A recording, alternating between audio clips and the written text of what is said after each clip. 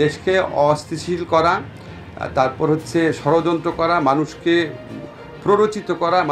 5ই August একটা elite settlement হয়েছে রাজনৈতিক দল আর সুশীলদের এজেন্ট আসিফ নজরুলের মধ্যে।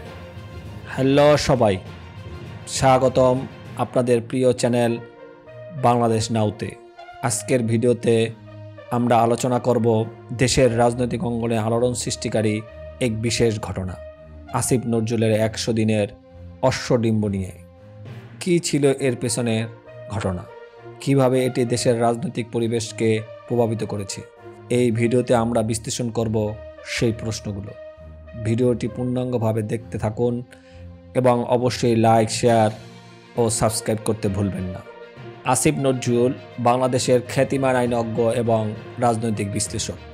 সম্প্রতি তিনি তার 100 দিনের অশ্বডিম্ব শিরোনামের একটি গুরুত্বপূর্ণ মন্তব্য করেছেন, যা দেশের রাজনৈতিক গণ্ডি নিয়ে বিশদ বিশ্লেষণ দিয়েছে।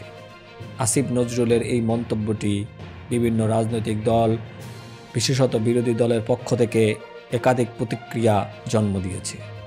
এতে তিনি দাবি করেছেন যে বর্তমান রাজনৈতিক পরিবেশে মুক্ত বুদ্ধি, ন্যায্যতা এবং গণতন্ত্রের অবমূল্যায়ন ঘটছে, যা তার মতে রাজনৈতিক সংকটের সমাধান না হওয়ার কারণে দেশে একটি বড় ধরনের সমস্যার সম্মুখীন হতে যাচ্ছে। এদিকে সরকারের পক্ষ থেকে এসেছে প্রতিবাদ। অনেকেই বলছেন যে আসিফ নজরুলের এই মন্তব্য শুধুমাত্র রাজনৈতিক অস্থিরতার উস্কানি। তারা মনে করেন দেশের সার্বিক উন্নয়ন ও স্থিতিশীলতা রক্ষায় সরকারের ভূমিকা অবিচল।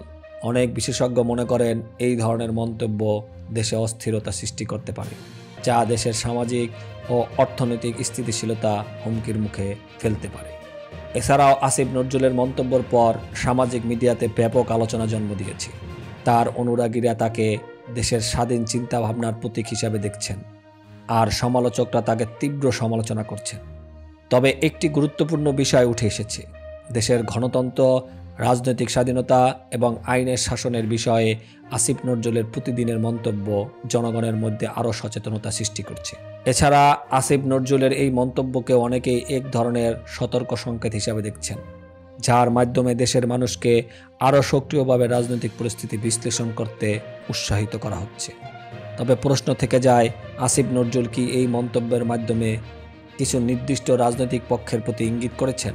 বিশেষ করে যে বিরোধী দলগুলোর জন্য তিনি সাধারণ সহানুভূতি প্রকাশ করেন, তারা কি সত্যি দেশের গণতান্ত্রিক ভবিষ্যতের জন্য একটি শক্তিশালী বিকল্প তৈরি করতে পারবে?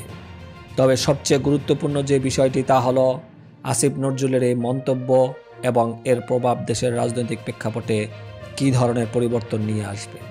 এমনকি সরকারের পক্ষ থেকেও কি এই বিষয়টি নিয়ে নতুন কোনো পদক্ষেপ নেওয়া হবে?